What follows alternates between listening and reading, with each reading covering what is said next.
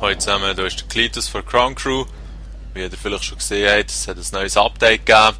Es ist nicht ganz bekannt, was ist geändert wurde. Der Woody's Gamertag hat gemeint, dass man eventuell jetzt mehr mit internationalen Leuten spielt und nicht mehr auf sein eigenes Land beschränkt ist. Gebt mir doch Feedback, was euch ein Eindruck ist.